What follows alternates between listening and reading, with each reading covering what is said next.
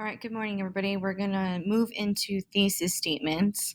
And I wanted to go over a couple of reminders in terms of thesis statements. So click on where it says thesis statement criteria and notes. And these are some of the descriptors from the rhetorical analysis rubric from College Board. So these are basically the determining factors of whether or not you get the point when you complete your rhetorical analysis essay. So let's just focus right here on what determines the point. So you earn this by providing a defensible thesis that analyzes the writer's rhetorical choices.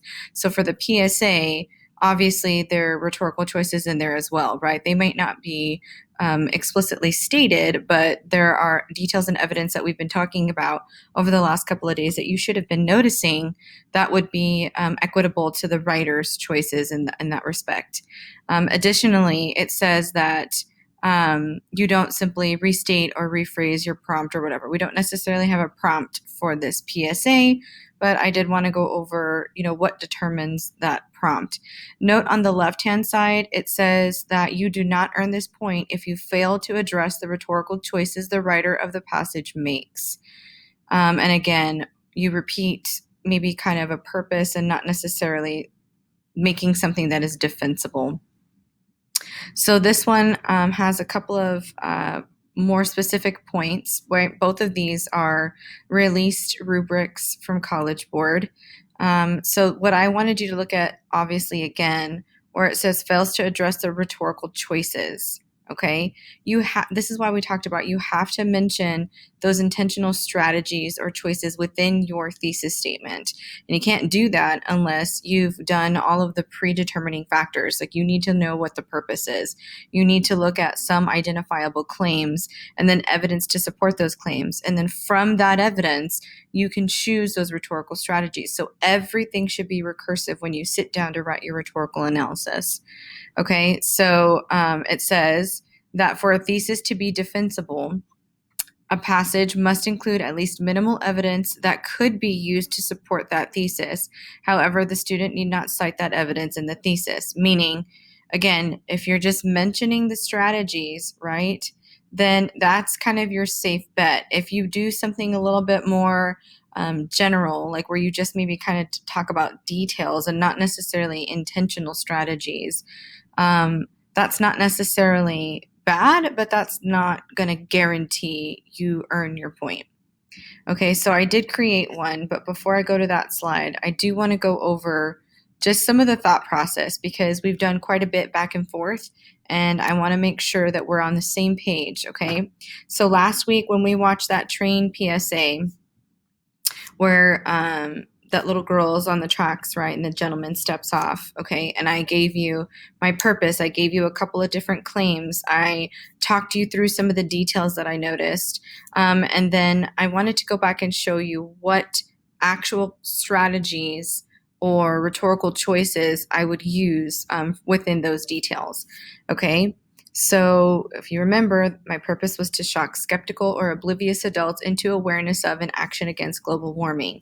My two claims, again, notice how I'm putting these in my own words, right? Now, in multiple choice questions, they might give you some text evidence that, from a passage, that's fine, okay? But when you're writing your rhetorical analysis essay, you have to put your claims in your own words, right? Or the claims of whatever it is that you're analyzing in your own words. So these were my claims, right? Global warming is a pressing issue that requires immediate attention, or ignoring global warming is to the detriment of future generations, right? I talked to you guys about this all last week. So then you'll notice I just listed some details here. And then in pink, I identified those intentional rhetorical moves, right? So like the honking, all the noises, right? That's visual or auditory imagery. And then the train itself would be that metaphor, right? The moving of the train, all the different facets of the train is a metaphor because there's all these little details within it, right? Versus the child who is a symbol, right? She wouldn't necessarily be a metaphor. She's a symbol. And so I have that here.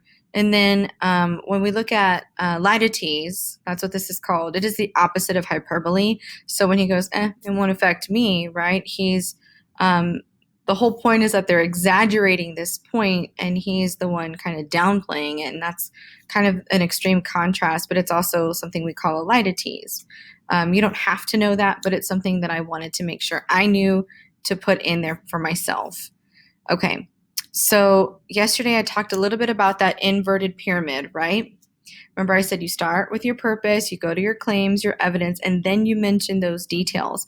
And so this is exactly what I did, color-coded on the previous slide, right? This was my thought process coming through that whole PSA, the train PSA that we talked about at length. Another image that might be helpful to you kind of figure out how all of these things are supposed to go together, right? The purpose of any text is the trunk of a tree, right? Because without that purpose, you have nothing, right? That tree cannot survive. Your claims are the branches. And so it depends on how many different avenues that you want to go, but they are all connected to the purpose. These details or evidence, right? This is the foliage because it can vary. Sometimes you have trees that are full and luscious and sometimes you don't, and you have to work with what you got. Same thing with claims, right? Sometimes you have an abundance of branches and sometimes if it's a smaller tree, it's just a couple of branches. But ultimately, you should see how all of these things are connected and where they're connected in terms of a rhetorical analysis. Okay, so that image might be really helpful for you to download and keep handy. Okay, so after going through my thought process for the train PSA, I want to model for you what a thesis statement would look like. Okay, so back in your thesis statement criteria notes, you're going to go to the last slide. Okay, so based on that train PSA and after all of the things we discussed last week, here would be my sample thesis statement if I were to sit and write a brief rhetorical analysis on it. So I said, through the use of metaphor, symbolism, and visual or auditory imagery, the train PSA shocks skeptical or oblivious adults into awareness of and action against global warming. So I have my strategies and my purpose together. Now I could always flip it and start with purpose and then strategies, and that's fine, but that goes to that second bullet point, right? How would the organization of my information change the meaning? Is it more or less effective, depending upon if I start with strategies or end with strategies? That's something you want to play with a little bit today in your draft. Looking at my thesis, what rhetorical strategies are identified? This sets itself up nicely for 3 body paragraphs, or I could look at, maybe 1 or 2 pointed details that encapsulated more than one, right? I don't need to sit there and talk about one strategy at a time. I could talk about just my details, as you saw in that previous slide, right? And you saw in pink how there were multiple sometimes strategies within maybe one detail that I noticed or one piece of evidence. So my thesis statement states the purpose of my PSA, and then what makes my thesis statement defensible, how I'm going to connect my strategies to my purpose through the claims, through those individual claims, okay? I don't need to state my claims in my thesis statement because that is what the rest of the paper would do essentially, okay? So both of these resources are very helpful to have up in new tabs potentially if you're able to print them or get a notebook and maybe jot down some of the most important information. It's helpful, okay? So I did link the IKEA climate change PSA again for you because that is the one you are practicing with. And so for Friday and Monday, you should have already drafted all of the information that I showed you in my thought process. So you should already have your purpose. You should have a solid claim.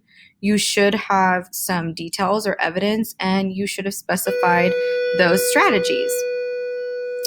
So using the Create tab, you are going to create a thesis statement draft based on the IKEA climate change PSA, just the thesis statement only. That's it. You're not going to fully develop it into a rhetorical analysis essay, just the thesis statement alone. Make sure you're referencing your written responses from Friday and Monday, right? And then make sure you're looking at the thesis criteria notes and even my thought process to help you craft a lot of that accordingly, okay? So today is all about the thesis statement only, and make sure that you have all of those notes available like I mentioned, okay? All right, remember tomorrow is an asynchronous day, meaning we will have no live Zoom. You will have a brief video and obviously some sort of attendance question and a task to complete, but it is on you to access it during your normal class period times. And I will take attendance solely based on that attendance question. So if you forget to do it, you need to do it the second that you remember, because around 2 o'clock for class periods 1 through 5, I will be taking attendance for the day, okay? And then 8th period, you guys, I will check again after school, like around 4:30. So let's make sure that we answer that attendance question within enough time to guarantee that your attendance is accurate the first time, okay? All right, have a great day, everybody, and we'll see you tomorrow. Actually, we'll see you Thursday.